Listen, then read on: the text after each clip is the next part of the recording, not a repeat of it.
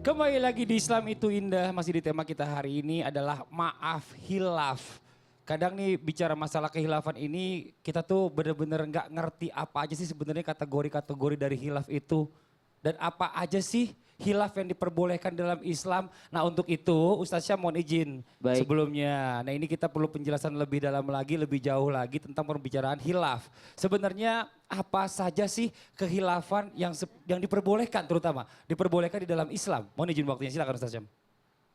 Jamaah yang dimuliakan Allah Subhanahu wa taala. Khilaf ini artinya keliru. Keliru. Kalau dalam bahasa Indonesia adalah keliru. Kalau dalam bahasa Al-Qur'annya ada dua. Rabbana la tu'akhidna in nasina aw akhtana. Dua. Sina wa akhta. An-nisyan wal khata. Lupa dan juga salah. Kalau kesalahan yang tidak disengaja artinya adalah khilaf. Kalau kesalahan dilakukan karena lupa, itulah yang disebut dengan khilaf. Lalu apa saja khilaf yang diperbolehkan? Yang pertama adalah khilaf yang terlepas dari yang namanya ikhtiar. Apa itu ikhtiar? Ikhtiar adalah pilihan. Misalnya ada orang di bulan puasa tiba-tiba minum, lupa. Nah ini namanya khilaf. Jadi dia tidak ada pilihan. Tapi ada orang yang bilang gini, bro besok gue buka puasa di kamar lu ya. Kenapa di kamar gue bro? Soalnya di kamar lu itu jam 4 udah gelap banget jadi udah bisa buka puasa. Ini pilihan, gak boleh seperti itu. Atau dia bilang saya nanti buka puasanya di Papua karena di Papua lebih cepat maghribnya. Nah, ada kesengajaan di dalamnya walaupun memang boleh seperti itu. Tapi ini tidak termasuk dalam kata khilaf. Khilaf yang diperbolehkan adalah tidak ada unsur ikhtiar. Ikhtiar tidak ada unsur pilihan di dalamnya. Atau dalam keadaan darurat. Atau misalnya ada orang tua, sudah tua. Dulu waktu muda hafal Al-Quran. Ketika sudah tua, dia lupa hafalan Qurannya. Ini dimaafkan karena khilaf. Karena memang otaknya sudah tidak terlalu berfungsi. Karena memang hafalannya memang sudah hilang. Karena khilaf, tapi beda urusannya sama orang-orang yang masih muda atau memang sengaja untuk melupakan ibadah-ibadahnya. Atau sengaja untuk melupakan sholatnya. Atau sengaja untuk tidak berpuasa. Ini tidak termasuk dalam kategori khilaf. Karena tidak ada pilihan atau dia bisa memilih untuk hal yang tersebut. Kemudian khilaf yang kedua yang diperbolehkan di dalam Islam, apa itu? Ini khilaf, pernah dengar kata atau kalimat ikhtilaf bu? Ikhtilaf di kalangan ulama. Ikhtilaf di kalangan ulama. Apa itu ikhtilaf? Atau perbedaan pendapat di kalangan ulama. Ini adalah khilaf yang diperbolehkan. Contohnya saat menentukan lebaran. Nah ini pasti ada perbedaan biasanya bu ya. Nah, ada orang lebaran hari Senin, ada juga yang lebaran hari Selasa. Yang salah kalau hari Jumat sudah lebaran. Nah, ada yang berbeda 1-2 hari karena memang berbeda caranya. Berbeda teorinya, berbeda tekniknya. Inilah yang disebut khilaf yang diperbolehkan. Lihat, Al-Quran menyebutkan kalimat atau bahasa Arab dari kata manusia itu an-nasu, manusia, atau al-insan, seakar kata dengan kata an-nisyan. Apa maksudnya? Manusia itu adalah tempatnya lupa. Manusia itu adalah tempatnya salah, tapi tidak ada salah yang disengaja. Karena ingat, Allah sudah memberikan kita potensi untuk berakal. Orang yang tidak tahu hukumnya saat ini bukan lagi khilaf, tapi salah. Karena apa? Karena kita sudah dapat ilmu dari mana saja sekarang. Kita buka handphone ilmu, kita nonton TV ada ilmu, kita masjid manapun ada ilmu. Jadi salah sendiri kalau tidak tahu hukumnya sekarang ini. Nah, Masya Allah. Jadi memang tadi tingkatan-tingkatannya itu jelas kalau kata Ustadz Maulana saya selalu ingat tuh. Jadi kalau misalnya orang nggak tahu dia melakukan hilaf kan, itu masih salah hitungannya. Masih salah. Udah tahu salah, udah tahu hilaf dilakuin lagi, udah jadi dosa. Nah udah semakin tahu lagi itu dosa tetap dilakukan, itu jadi zolim Pak Ustadz ya. Zolim. Nauzubillah summa nauzubillah. Jadi memang ini Islam itu luar biasa, ada tahapan-tahapan yang gak langsung menjudge begitu aja gitu kan. Itu luar biasanya Islam, Masya Allah. Nih sekarang saya mau kasih kesempatan nih. Saya boleh bertanya Ustadz masalah khilaf. Boleh, silakan Om. Ada suatu cerita, ini kebetulan orangnya juga masih ada. Alhamdulillah. Dan tetangga saya dan teman saya sekolah. Kalau suaminya khilaf, istrinya malah senang karena dia dapat pahala. Kenapa bisa? Kok bisa? Gimana Aneh, sih? kan? Coba aneh banget nih. Contoh begini, dia tuh suaminya tuh memang pelupa. Pernah suatu kali pergi ke pasar naik motor, tahu-tahu suaminya tuh pulang langsung tidur. Pertama marah, Tapi lama-kelamaan memang dia tuh pelupa. Jadi kalau dia tuh sering dilupakan seperti itu dan mau belajar sabar, dia tuh lebih senang, waduh ini pahala saya. Itu gimana kira-kira? Oh, Masya Allah. Tepuk tangan nih bagus Dapat banget. pahala sabar ya. Ini bagus banget pertanyaannya. Jadi memang apa, pelupa itu ada kan tidak sengaja. Betul, betul. Dia juga nggak salah ya barangkali. Tapi ada orang yang disampaikan sama Ustadz tadi itu khilaf dan menghilapkan diri. Menghilapkan diri. Tadi ini luar biasanya dari rumah ke pasar naik motor. Sampai pasar pulang jalan kaki, motor ditinggal. Pernah seperti itu, Gitu ya? pernah. Itu luar pernah. biasa. Tapi yang paling aneh ya itu istrinya ditinggal itu. Ini mau izin Pak Itu Ustadz. masih hidup. Dulu Masih seorang hidup. pelawak namanya Pak Bedor, itu betul serius ini Pak.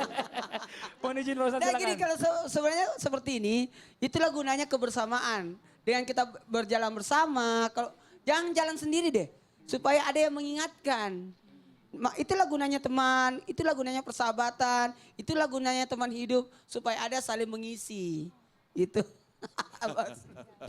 Jadi begitu Iya, betul, tuh, Om ya. Itu luar biasa nih. Ini pengalaman buat semuanya besok-besok Bu. Kalau suaminya lupa hilaf tuh nggak apa-apa lah, ada ngamal buat Yang istrinya. selalu ingatin kacamata suami siapa, Bu? Istri. Istri. Ah. Tapi kalau uangnya yang dilupa, enggak diingat. Jadi ingetin. Ah. Iya kan? Kata istrinya gitu, kebetulan. Namanya juga manusia Mas Fadli. Makanya ada Iya, iya. sholat aja yang udah jelas-jelas wajib masih diingetin. Hayya Betul. ala sholat, hayya ala falah. 5 kali Betul. sehari masih diingetin. Padahal udah jelas-jelas wajib. Masya Allah luar Iya. biasa ya. Nih sekarang nih Uma nih, kita coba lagi minta penjelasan lagi tentang bicara bahaya. Kalau kita berbicara bahaya pasti ada bahayanya. Bahayanya jika manusia itu sering bersembunyi di balik kata hilaf itu apa Uma? Mohon izin waktunya silakan. Baik, Ibu dan Bapak yang dimuliakan oleh Allah. Siapa yang di sini nggak pernah buat hilaf, Bu? Nggak pernah buat salah? Nggak ada ya, Bu ya? Bahkan seperti Rasulullah SAW saja, orang yang maksum dijamin masuk surga berkat rahmat Allah Subhanahu Wa Taala saja, pernah juga berbuat hilaf, pernah juga berbuat salah. Tapi kalau Rasul salah ditegurnya langsung sama Allah, Bu. Kalau kita salah kan ditegur dan dinasihati oleh sesama kita kan dengan nasihat-nasihat berharga dari orang-orang sekitar. Maka terima kalau ada orang nasihatin kita, kita terima karena memang banyak kesalahan dan kekurangan dalam diri kita. Baik, sekarang kita akan membahas apakah bahaya bagi orang-orang yang menggambarkan kata-kata khilaf. Tadi kita sudah mendengar khilaf adalah sebuah perbuatan yang keliru, yang kita tidak sengaja untuk melakukannya. Ketika seseorang bersembunyi di balik kata khilaf, aku melakukan ini khilaf, aku melakukan ini khilaf, khawatir yang pertama bahayanya, dia menganggap khilaf itu adalah sebuah dosa kecil baginya.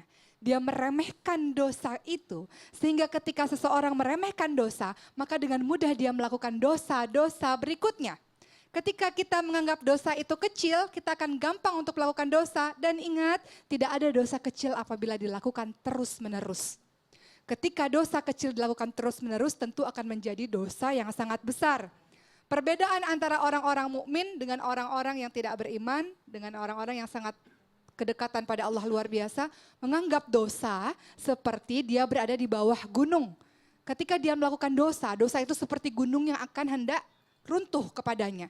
Itu anggapan bagi orang-orang yang beriman, orang-orang yang solih, orang-orang yang ketika berbuat dosa bergetar hatinya karena takut kepada Allah. Tapi bagi orang-orang yang penuh dengan maksiat, ahli maksiat, ketika dia buat dosa, ketika dia buat khilaf, dosanya ibarat seperti lalat yang menempel di atas hidungnya saja. Jadi dengan mudah dia kibaskan tangannya, dengan mudah dia mengatakan, oh dosa ini adalah dosa yang sangat kecil. Hati-hati. Bagi orang-orang yang menganggap bohong, contoh. Bohong adalah dosa kecil. Ketika ditanya, Pak kenapa begini Pak? Bu kenapa begini Bu? Kita kemudian merangkai satu cerita bohong. Dan menganggap itu adalah sebuah khilaf dan berjanji nggak melakukannya lagi. Tapi ketika bohong ini dianggap sebagai sebuah hal yang kecil, maka dengan mudah kita merangkai kebohongan demi kebohongan, kebohongan demi kebohongan. Ingat sekali sudah berbohong, besok kita harus ingat dengan kebohongan kita biar nggak terbuka. Dan kita akan merangkai cerita yang lebih dahsyat lagi. Makanya dalam Islam, pembohong itu luar biasa dikategorikan sebagai seorang yang munafik. Begitu juga orang-orang yang suka gosip, gibah, fitnah. Biasanya kan para perempuan-perempuan katanya ini dianugerahi dalam sehari beribu-ribu kata yang keluar dari mulutnya dibanding dengan laki-laki ya Bu. Ada aja yang dibicarain. Nah ketika menganggap membicarakan orang lain baik benar maupun salah di belakang orang lain tersebut kita lakukan dan kita anggap itu dosa yang kecil dan kita anggap itu khilaf tapi kita lakukan setiap hari tidak ada lagi dosa kecil bagi kita melainkan itu sudah menjadi dosa besar bagi kita. Jadi bahaya bagi orang-orang yang senantiasa meremehkan kata khilaf adalah dia akan senantiasa menganggap dosa itu kecil. Dan bahaya yang kedua adalah dia akan mengulang-ulang dosa demi dosa yang sudah dia lakukan. Hati-hati orang-orang yang menganggap dosa kecil selamanya dan ujung-ujungnya akan terjerumus kepada perbuatan maksiat yang jauh lebih besar lagi. Diawali masa kecilnya tukang bohong, nanti besarnya jadi koruptor. Ya Bu? Diawali masa kecilnya dengan ngeledek-ngeledekin teman, dengan menyebarkan berita bohong, gosipin teman. Tapi ketika sudah besarnya menjatuhkan kehormatan dan harga diri seseorang. Padahal seorang muslim haram hartanya, haram kehormatannya untuk kita jatuhkan. Tapi karena kita tidak ada rasa takut kepada Allah Subhanahu wa taala, lupa bahwa muraqabah Allah senantiasa mengawasi setiap gerak-gerik kita, dengan mudah kita melakukan kesalahan itu dan dengan mudah kita mengatakan maaf ya saya hilaf. Padahal kata maaf itu bukan hanya sekedar di mulut saja. Maaf itu kita mengembalikan hati orang yang sudah kita lukai hatinya. Kita kembalikan hatinya seperti sedia kala lagi. Masalahnya kalau kita sudah katakan maaf saya khilaf, seperti seseorang yang luka hatinya, seperti vas bunga yang tadinya masih cantik, kemudian kita hancurkan, kemudian kita lem, masih ada bekasnya Bu? Masih ada bekasnya, masih ada luka di hati orang tersebut. Maka silakan untuk tidak lagi mengatakan kata-kata maaf saya hilaf kalau perbuatan yang kita lakukan adalah perbuatan yang sengaja dan kalau perbuatan yang kita lakukan adalah perbuatan yang berulang-ulang.